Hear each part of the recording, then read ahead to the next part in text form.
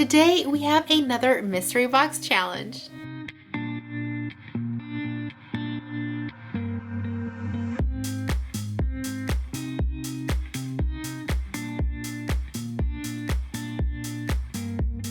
Hey everyone, my name is Yami. I am your Latina next door. Welcome back to Mi Casa, where I share high-end home decor and DIYs on a budget, as well as extreme before and after room transformations. If that's something you'd enjoy, please make sure to give this video a like and subscribe so that you too can become part of the familia. So today is another round of the mystery box challenge. If you don't know what that is, it is a challenge created by my dear friend Courtney over at Creative on the Cheap. She came up with this idea, and basically we shop for another YouTuber, and we send another YouTuber a box of goodies that they have to create DIYs out of. They have no idea what's coming, and you're gonna have 2 challenge items, usually things that you don't normally use for DIYs and crafting, in that box. And because there had to be another and, there's also a twist.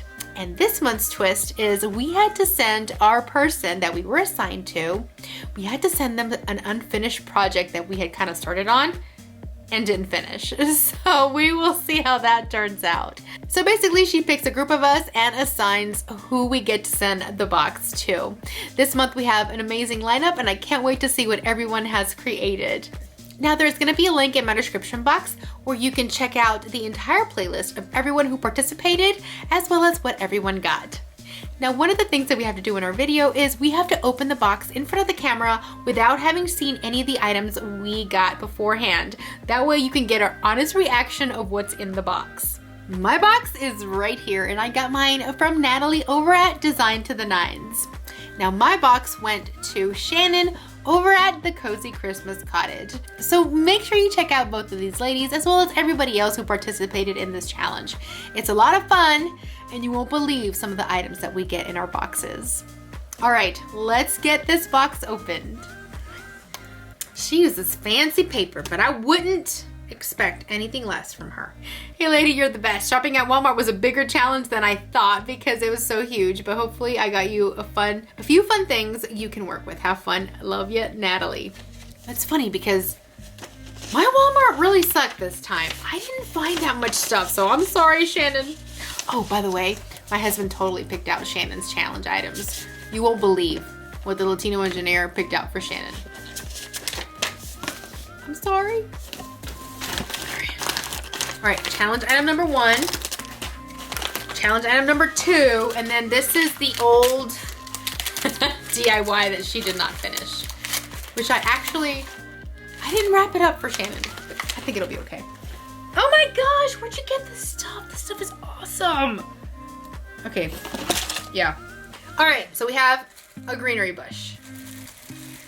This is actually really nice. I think it's like, yeah, it's eucalyptus. Yep. I've used these before in the past. What?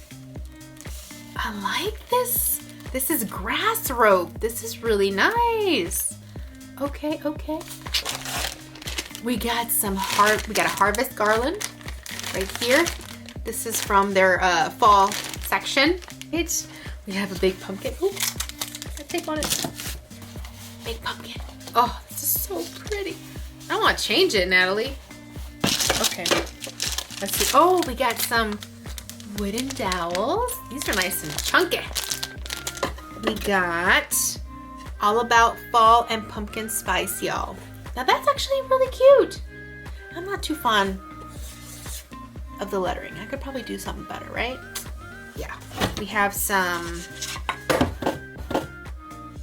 oh crap. Oh wow, okay. So I have these little fall guys. Why would I even want to change this, Natalie? Like, why would I want to? Forever thankful, always grateful, abundantly blessed. This is perfect just the way it is. I don't know what I could do with this one because it looks just fine. Maybe I can make something like not permanent so I can keep this. I don't know, but this is so pretty. Let's see. Oh my gosh. Let's go with number 1. Mystery.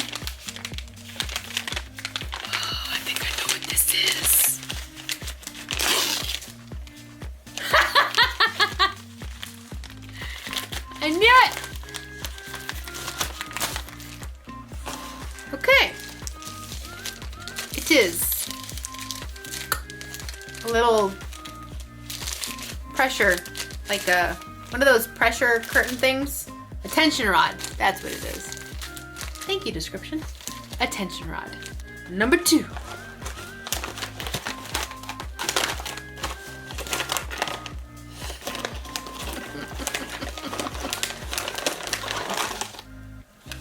Oh, it's a really sad little owl.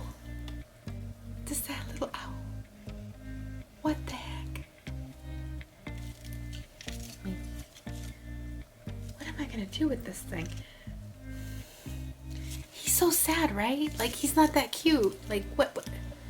He's not even looking in the right direction. He's looking that way and that way. All right, so now for the unfinished item. Again, this is a DIY that she started and didn't finish. That was our kind of like our twist this month. Ow! Not terrible. Okay. So it looks like she started adding grateful to this, but she didn't finish. And it looks like, I don't know if she added the glitter or didn't, but okay. I can do this. I got this. That owl, man. That really sad owl. I don't know, Natalie. That one's going to be tough. Okay, so for this first DIY, we're going to be using these large dowels. I decided I wanted them in small 1-inch pieces. So I began marking them at every inch. And then my sweet husband cut them down for me.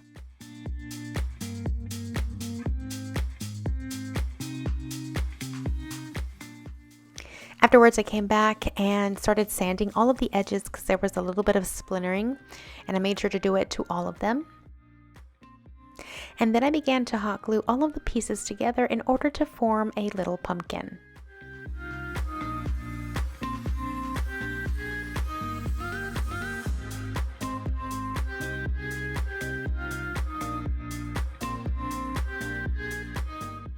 I staggered my little pieces, and the trick in order to make it look like a little pumpkin is you want the middle line of dowels to be longer and then the other ones shorter as they go up. And then for the final little stem, I used another little piece of dowel and I hot glued it to the top. Now, if you don't have any large dowels and you want to use what you have on hand, if you are a wine lover, you might have corks, and you can definitely do this with corks as well. And you can always choose to leave it natural like I did, or you can stain or you can paint these. The last thing I did was add a little bow to the stem, and that was it for this DIY.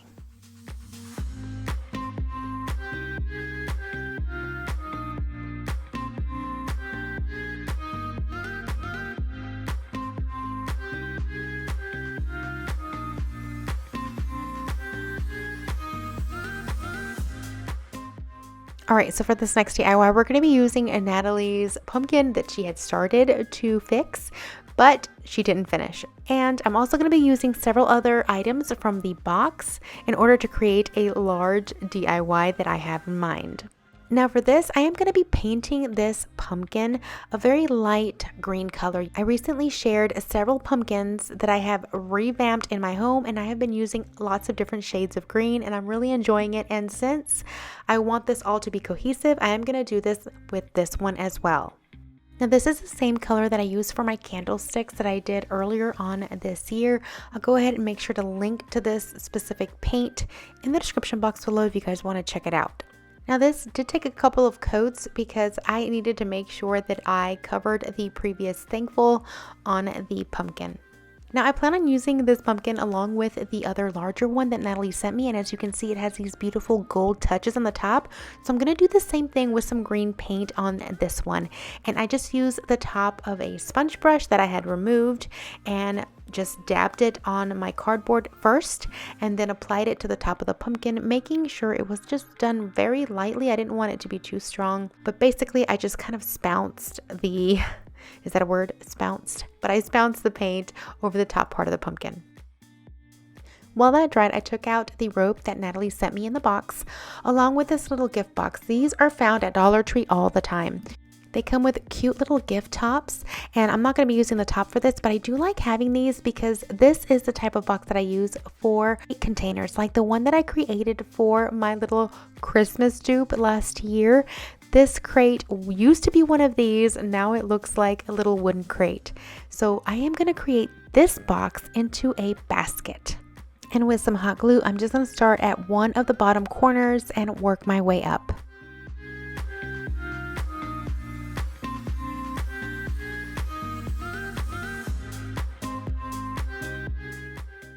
Next, I took some floral foam and I cut it to size, and then I hot glued it to the bottom of this neat little basket.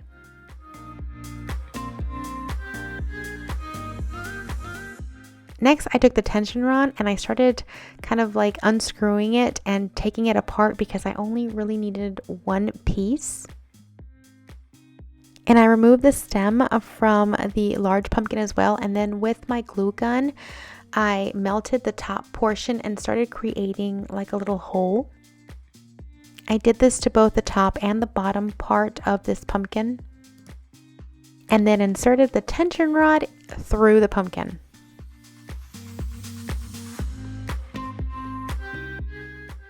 And then I took the tension rod with the pumpkin and inserted it into the foam. Next, I took the eucalyptus greenery bush that Natalie sent me and began inserting the different little leaves. I pulled them from the stems and began just hot gluing them onto the area underneath the large pumpkin and onto the floral foam.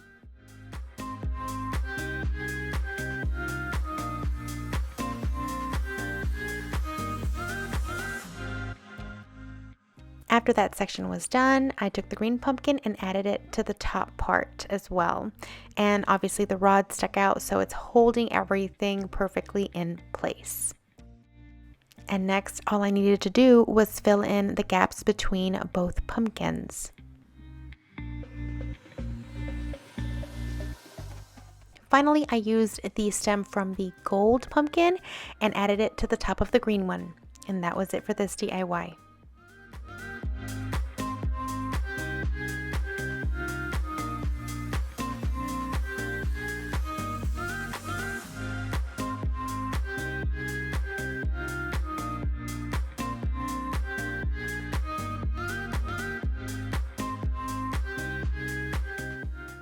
Next, I was going to be transforming this cute little pumpkin sign. The first thing I did was remove the pumpkin. It was kind of light. I didn't like the words on it, so I thought I would use one of the other ones that was in the box to give it a little bit more dimension, and then use this one for another DIY I'll be doing next. I made sure to sand all of the glue that might have remained on the surface, and then took one of the other pumpkins from the stash and began to paint it with a very light beige or khaki color.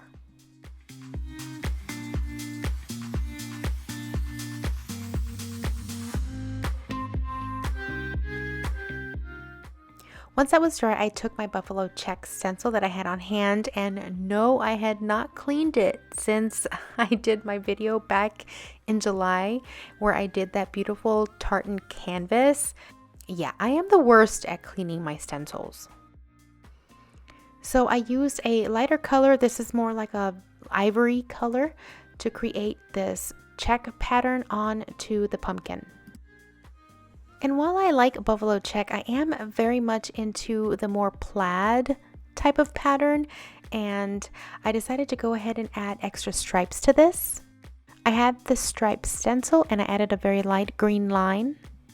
While I am enjoying the more traditional colors this year for my decor for fall, I am really liking the very light muted tones. It almost looks like a very preppy sweater.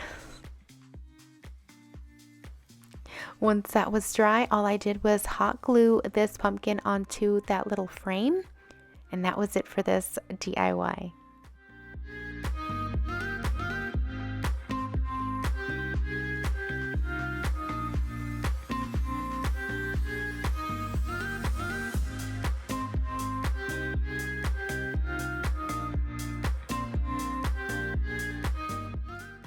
So for this next DIY, we're going to be using this garland that Natalie sent me.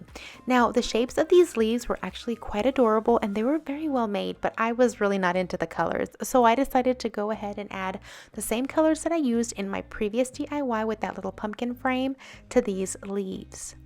Now, while that sounds great and it makes sense because I'm doing everything cohesively, I will warn you that the final piece that I end up creating looks like something that belongs in a nursery. That was not intentional. Don't get any ideas. But that was what my oldest daughter said when she saw it, and I will say I agree with her. So just stay tuned. And while the concept of painting these over into something that I like better sounded like a great idea in the beginning, halfway through this, I was over it. It took forever to paint these little guys because I had to go into every little nook and crevice, and I had to do 3 coats on some of them because for some odd reason the acrylic paint would not take. But alas, I finally did it. Alright, so you remember the pumpkin that I removed from that little frame earlier? It's a lot thinner and I wanted it for this project because it's the same kind of thinness as those leaves. So I went ahead and took their green acrylic paint and began to paint it over.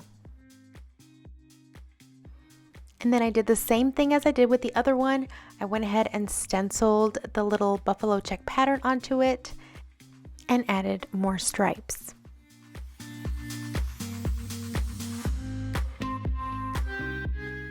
And since I had this embroidery hoop on hand, I wanted to make this cute little wooden fall wreath. So I began applying the leaves along with some hot glue. And I just worked my way down. Now I did do a dry fitting beforehand just to make sure that everything would look cute and align perfectly.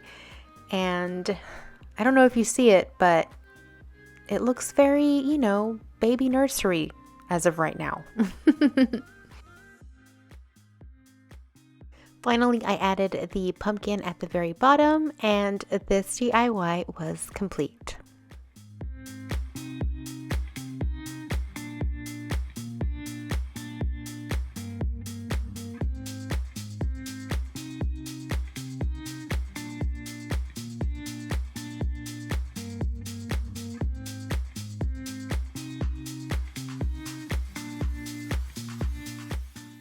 So for this next DIY, I know it's covered right now, but this is that really pretty frame that Natalie sent me in the box, and I swear I did not want to change this up. And its frame is perfect for a tray, and then I thought I wanted to share this hack with you all. If you guys have a tray that you guys love, maybe it already has a pattern on it or a color on it, and you guys want to change it up for different seasons or occasions, I thought of something real cool, and I'm going to share this with you all. And what you need is a poster board like you see here. And all I was doing there was marking down where I needed to cut down the poster board so that it fit perfectly inside of the frame. And it did take a couple of tries to get it just right, as you see right here, but with a straight edge and a box cutter, I was able to get it to fit perfectly inside. Next, I pulled out some leftover scraps of fabric. This fabric is what I used in my cozy DIYs for fall video, where I did things like a table runner and a pillow, among other things. And I thought this would be great because I already had this fabric throughout different spaces in my home. Now, if you don't sew or don't do a lot of sewing projects in your home, you can always do this with those small pieces of fabric that you can buy either at Walmart or Dollar Tree, or just those single piece yard pieces of fabric that you can buy at craft stores. So that's definitely something to keep in mind. Next, I took some Mod Podge, and this one's actually for fabric, but I'm pretty sure the regular Mod Podge will work just fine. And I applied it to the top of the poster board.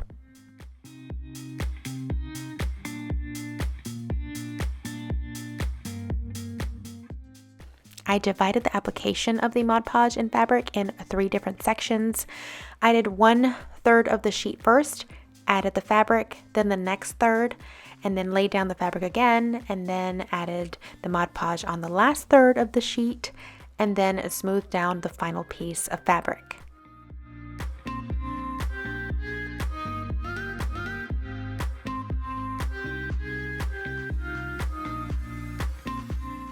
Now once that is completely dry, you come in afterwards with a pair of scissors or a box cutter and cut off the excess pieces of fabric that are hanging out over the edge of the poster board. And then you can use these round little finials to hot glue it on the bottom of the tray to kind of elevate it. And you have completely transformed this cute little tray, even though it's not permanent, therefore giving you the flexibility of changing it for the seasons. Let me know what you think of this idea below.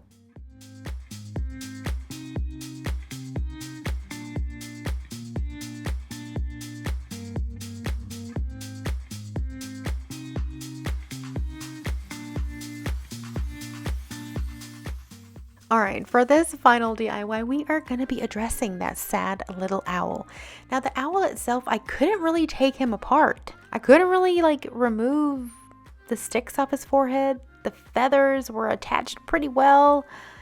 It was a hot mess, and I wasn't going to remove his eyes because that would just be cruel. So my daughter gave me an idea of what I can do. Instead of changing him around, let's give him a place to live. And so therefore, he is going to be a focal point in my fall decor, thanks to Natalie. And so as you saw, I had that cute little crate from Dollar Tree and I added some floral foam to it. And now I'm going to be adding some more of that greenery bush that Natalie gave me, along with some other florals that I already had on hand. You know that saying that says, if you can't beat 'em, join 'em? Well, for this instance, we're using the, if you can't transform him, elevate him. And I think I'm making a really cute nest for him. Of course, I couldn't let him roam free around this house, so I used my cute little bird cage that I transformed earlier this year, and I added him to it. And I think it turned out quite cute, if I don't say so myself.